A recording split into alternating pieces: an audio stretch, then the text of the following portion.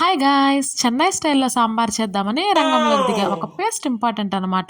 దానికి కావాల్సినవి వేసి వేగిద్దామంటే, అవి కింద మంట ఎక్కువవ్వడం వల్ల లైట్‌గా మాడాయి. సర్లే అని లైట్ తీసుకొని పప్పు ఉడకబెడదామని కుక్కర్‌లో పెట్టా.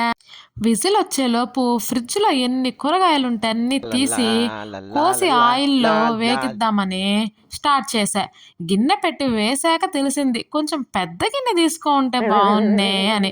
సర్లే అని ఎలాగోలా కింద మీద పడి వేగించి, ఆ లైట్‌గా మాడిన పేస్ట్ కూడా వేసి వేగిస్తా ఉంటే గుర్తుకొచ్చింది.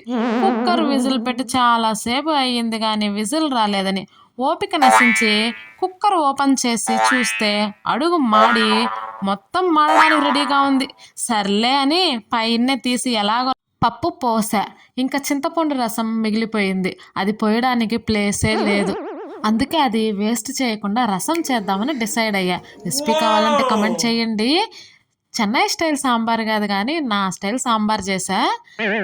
అన్ని మాడినాటి వేశాక మాడవాసన వస్తుందేమో అని నెయ్యి వేసి కవర్ చేశా.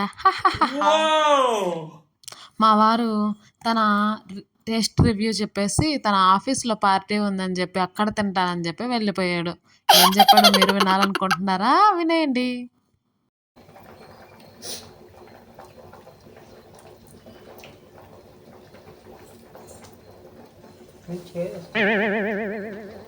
మీరు లైక్ చేయండి. ఉంటా మరి. బాయ్.